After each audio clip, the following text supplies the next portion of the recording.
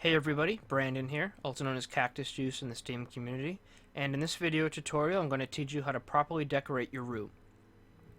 Now the way that you decorate your route is going to differ based on whether you're creating a fictional route, meaning a route that you created yourself, you're not basing it off of a real world route,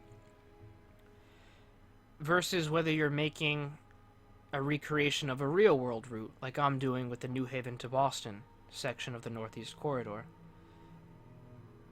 It's going to vary differently. How you decorate your route, what tools you use to decorate your route, based on if you're creating a fake imaginary route versus a real world route. So we're going to go through all of that. If you've seen, I think it was the first or second video tutorial that I released, you'll know that pretty much all of the scenery is done through the object tools.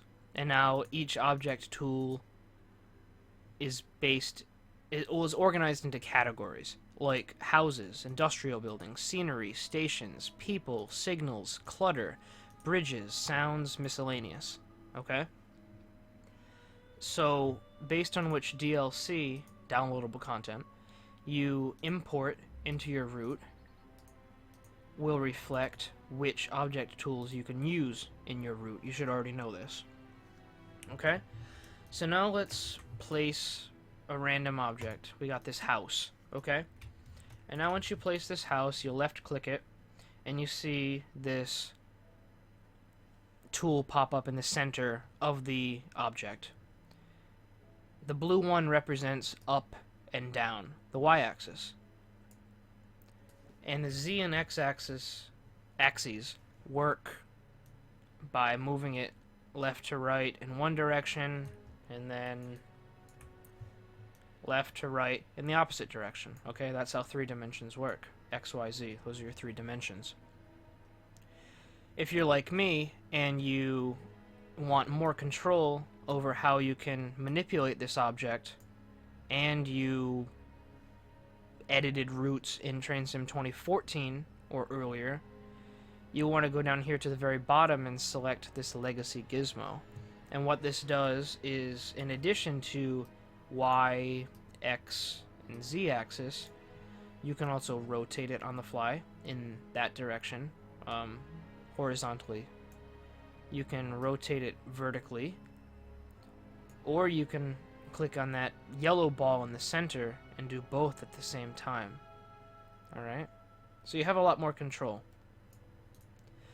If you want more fine-tuned control over placement in the world, which is that top row of X, Y, and Z coordinates, the rotation, which is that second row of X, Y, and Z coordinates, or the scale of the object, meaning how big it is, like that's 2 times bigger for the x-axis compared to the y and z.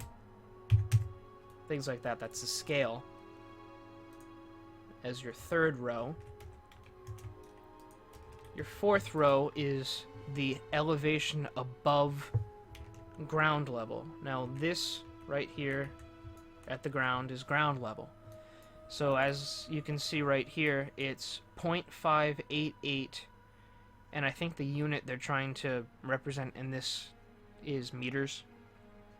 0.588 meters, which is roughly, I think it's a little more than 1.5 feet. Something like that. If you wanted it level with the ground, always select 0, and it will be level with the ground.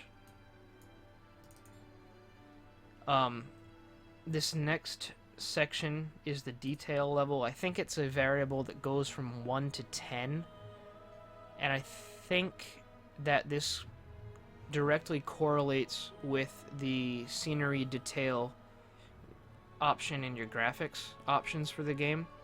So I think 0 means it won't show up at all.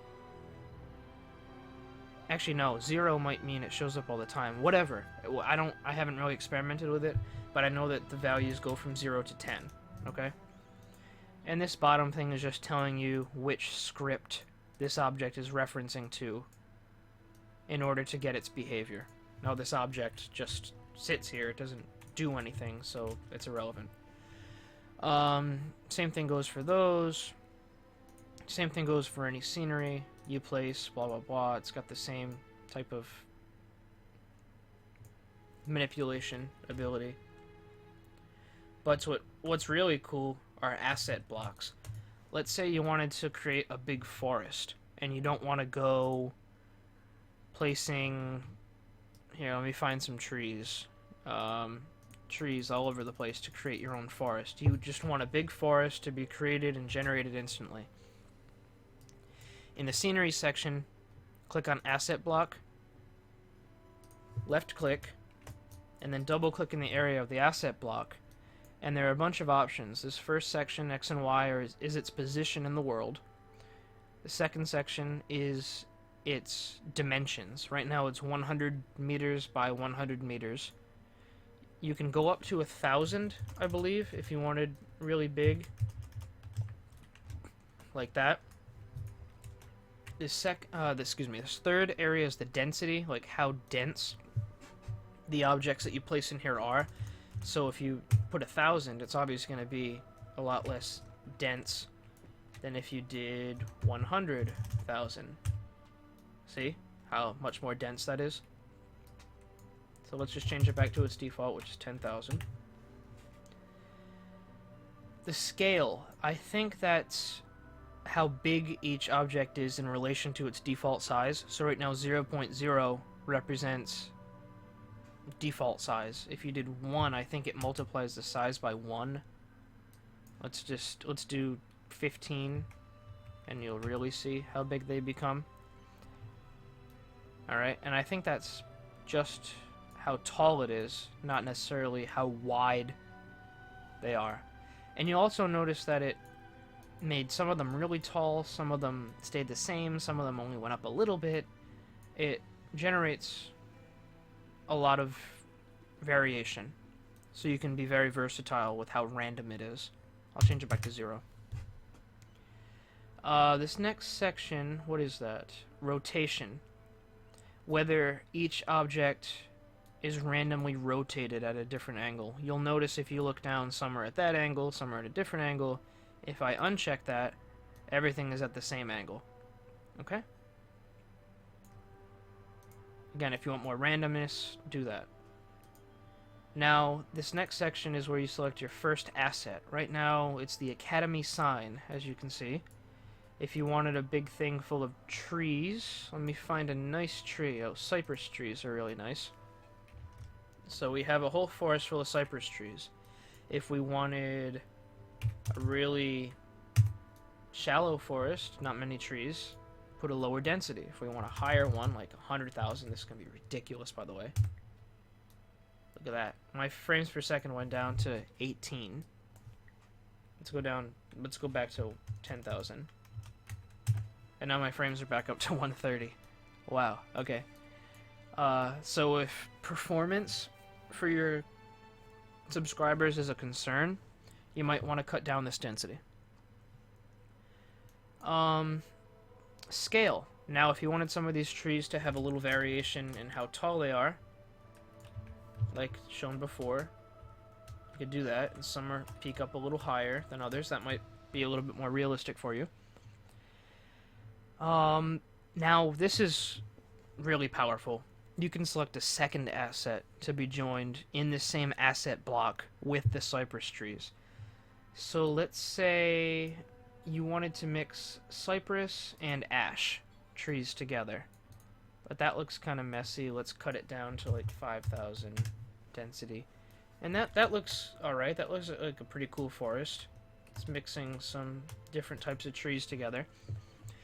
And then in this next section, you can specify which type of randomness is going to be used to generate the assets in this block. Now, if you select Uniform Random, it's going to try to distribute each different type of asset evenly while still keeping some element of randomness.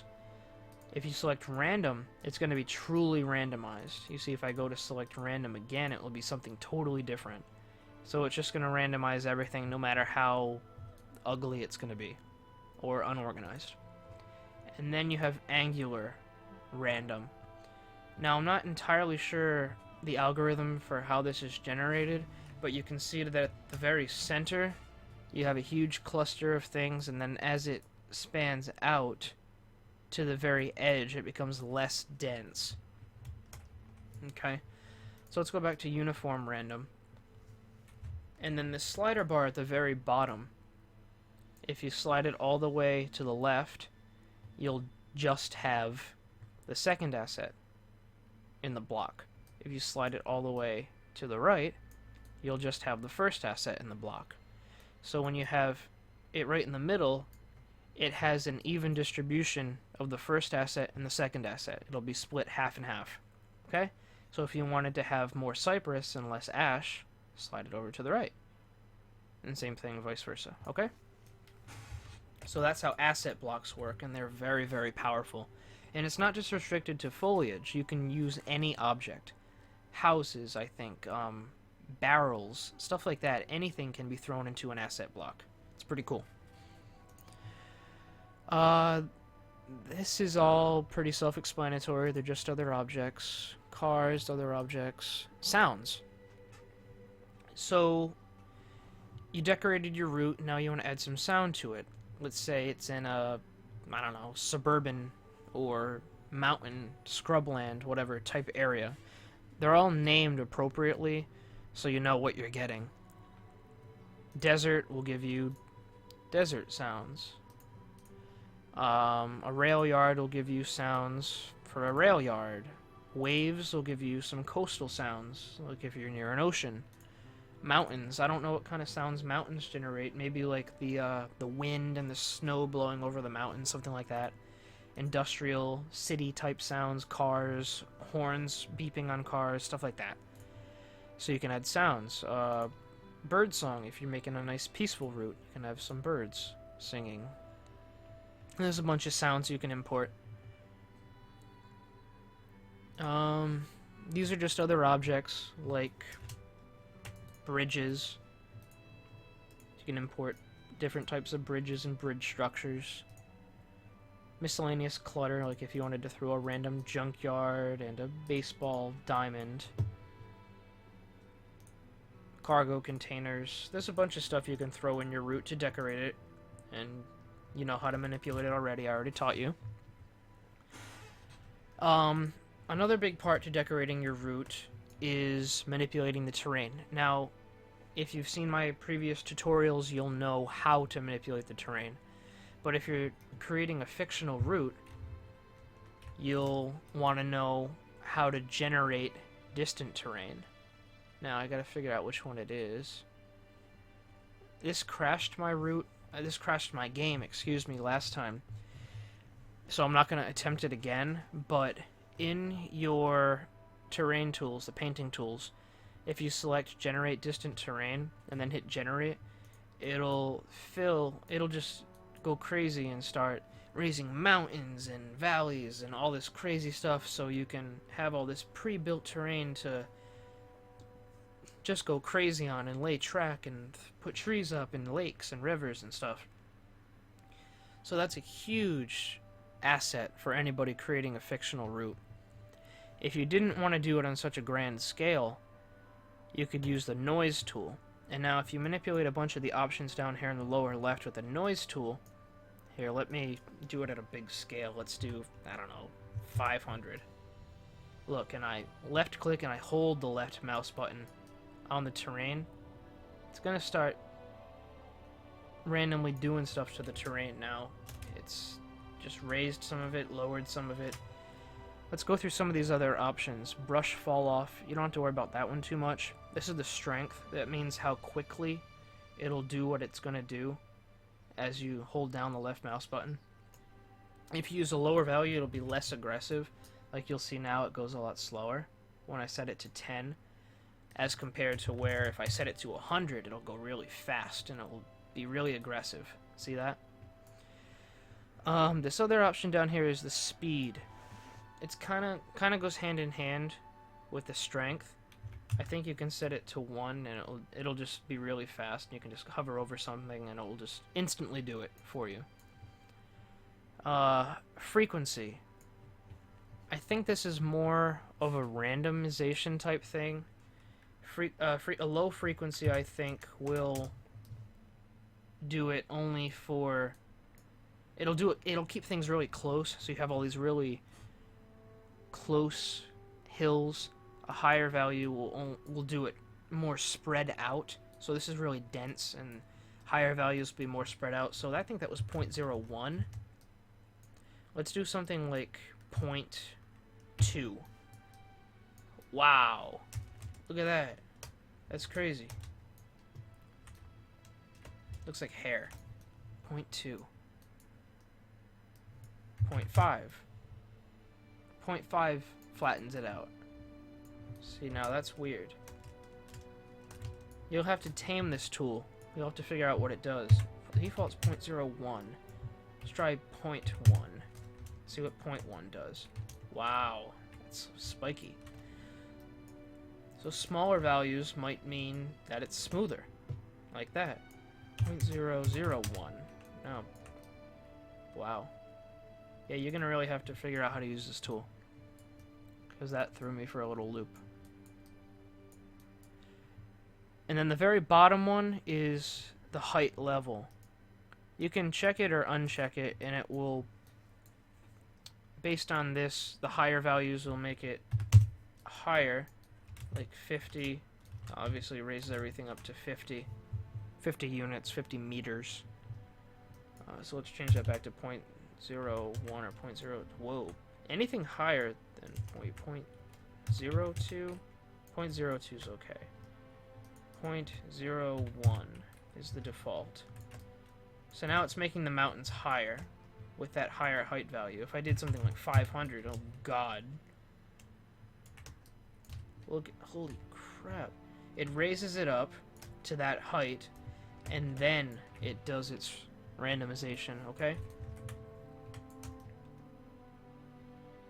So that's how the noise tool works, and that's really useful. We already went over all these other tools in a previous tutorial, so I'm not going to do it here. So now, let's put all the fictional stuff aside. Let's get to how to properly decorate your route if you're creating a real-world route, if you're replicating a real-world route. So, if you watched the previous tutorial, which was about how to get a Google Maps API key and activate the Google Maps overlay in-game, you'll know that when you press Control and G, Google Maps will load.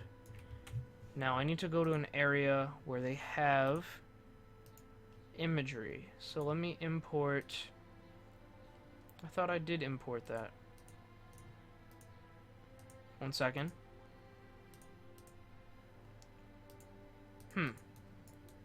Those assets aren't showing up. One moment. I was hoping to be able to teleport somewhere,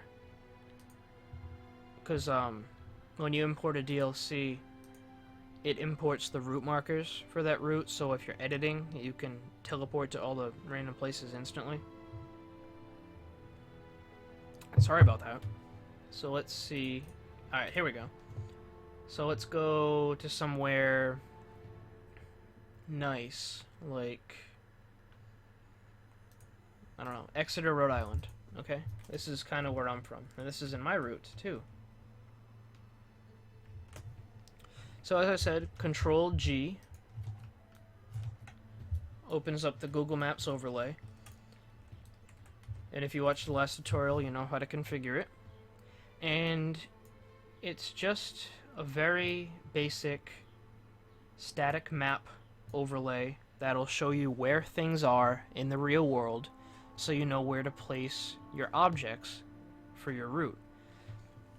So I can see, based on this overlay, that there's a house there, there's a dirt road there, there's some trees here, so I'll know when I go through the scenery options where to place things, and I'll pick a house object and I'll place it there, and I'll paint this area dirt-like so it represents that dirt road, and I'll place tall oak trees or whatever these types of trees are here, and in the painting tools, I'll paint this that type of color.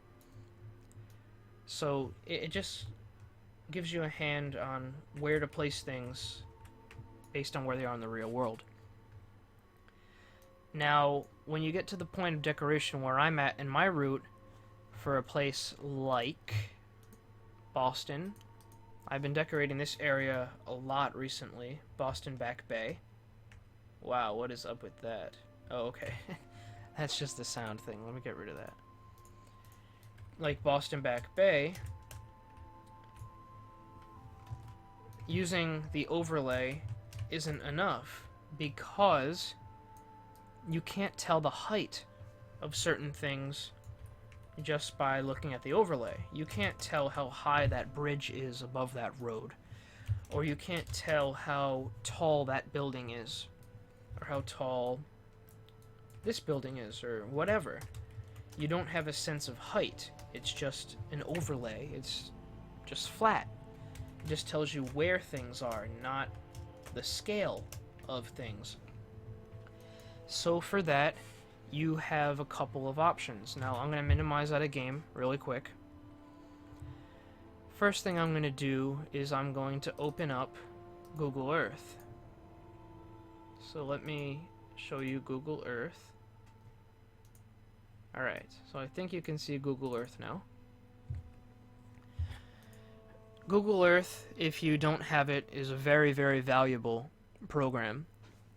It'll not only show you the same type of overlay that the in-game Google Maps overlay does, but you can also use other options such as StreetView. Now, last time I used it, it crashed my computer. I'm really not sure why, but I'll try it again. If I double-click on a street, and it has StreetView data, yeah, see, it crashed the program. But as you can kind of see, it was... I might have to reinstall it. But as you can see, it was going into this StreetView. And what Google did was they had this car outfitted with this array of cameras on the top of it, and they would drive through streets, and as they drove it would take 3D imagery of the surrounding areas, and they would upload that to Google Earth. So when you double click on a street that has been mapped with Street View, you actually get a three-dimensional look at that exact area.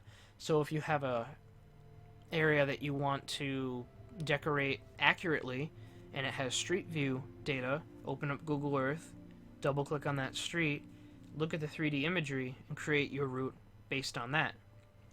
Another option, which I've only discovered recently, I'm surprised I never knew about it, here, let me bring up my web browser on here so you guys can see, is Bing Aerial.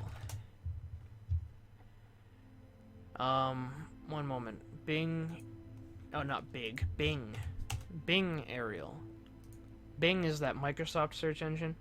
Now, Bing Aerial is very, very powerful.